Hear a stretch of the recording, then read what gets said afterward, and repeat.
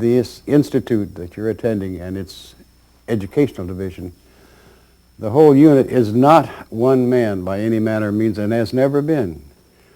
All the way back, beginning in 1958, 59, there have been supporters, participants, ranging from physicists, psychologists, doctors, MD types, engineers, a lot of those fellows, and surgeons, educators, professors from various universities, and a goodly number of other similar types have made their contribution through the years to what the Institute is now. And the best way you can get a handle on that is look at the texture of our current Board of Advisors. Will give you a feel for that. Look at our professional division and you get another feel of what we really are. And beyond that is this mass of people who are simply having a good time because they've participated either in a gateway or something akin to it. So that would give you another feel. The second thing is that I'm sure if the team didn't tell you that the interesting change that took place all the way in 1985, if you can believe it, from 1950, very quickly in 1985 we moved it over into a non-profit status and a separate, independent organization from the interstate industries. So it's important to know that that movement and why it was made. So in our organization, no one is taking down six-figure salaries or anything like that. It isn't that kind of thing. Well, there's not the money to do it, of course, too. But that's not the motive and the motivation of the Institute. But these were the two things that I keep forgetting to tell. And I'll move it over here because it's more viewable. And I did cover that where you are, did I not? See what else I can find in here. Oh, I found a nice, clean, bare sheet. Isn't that fine? Now, I did also give you the line of demarcation, did I not? All right. We're going to take another look at that particular LD and give it another kind of form, just for the plain meanness of it. Can everybody see this with reasonable viewing? Fine. The LD, line of demarcation, bang, bang, crash. Now, let's put below the line, which again is the area of the knowns, remember? Let's put a big mass of disorganized stuff, and that disorganized stuff is human thought. You would be amazed the depth of disorganization that you find in it when you view it from another perspective. Be that as it may, with all the stuff that you know of which humans think and the mix of it, that radiates out, wham, wham, wham, whip, like that. And there is an inverse square law at work, I hope, but we're not sure. On the other side of the coin is that eternal M field that comes down through here like this and radiates through there. Now, a funny thing has happened on the way to the store, as it were, where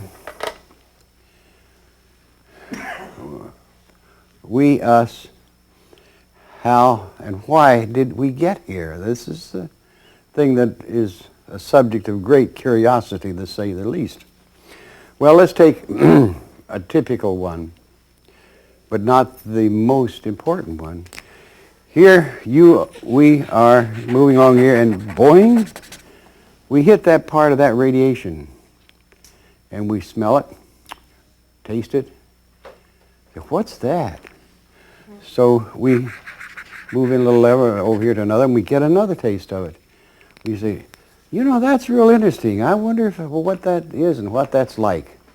So you're trying to figure a way where you can move in here because it's getting pretty strong stuff and sticky and this kind of thing. So you're very cautious. And at that particular moment, as you're contemplating, you're perceiving all this in here with great curiosity. All of a sudden, this big man, wouldn't that's a misnomer, a he-she, that's more like it, appeared and said, what do you want? And you say, oh, well, what's that down there? He says, that's humans. And you say, well, can I go closer? And he says, well, not unless you be human. You say, well, I'll be human. He says, you what? He says, well, I'd like to be human. And he says, well, I suppose you could if you really wanted to. And you say, well, how do I do it? He says, well, just call me Ed, incidentally. I'm the entry director, and just so you can call me Ed for short. You say, oh, yes, Ed. Okay. He says, the first thing you have to do in order to be human, you say, oh, don't misunderstand. I just want to get a taste, a sample, and zoom in and zoom out. That's all. I don't want to stay there. Oh, no, I wouldn't think of staying there. That's just a taste. You know, just a little sip. And Ed looks at you and says, yes, I understand. So what you do in that process, he says, the first thing that you need to do in order to be human is recognize that time-space exists. You say, well, somehow I perceive it. There it is. He says, well, what you perceive is only part of it. There's a lot more to it than that. And he says, well, you say, well, I'll take my chances. He says, well, the other part is that you have to recognize that when you become human, that you have an important thing you must do in order to be human. You say, oh, what's that? He says, well, you have to have shut off all of your present memory and your present self. Otherwise, you can't generate this human consciousness. You say, oh, sure, I can pick it up when I get out. And he says, yeah. And he says, the other thing is that you are really on your own, because that's what that is down there, is that people are on their own. Those who come in and become human make supposedly their own decisions. You say, oh, I'll make my own decisions. He says, yeah. So he says, now, if you really want, we can set it up.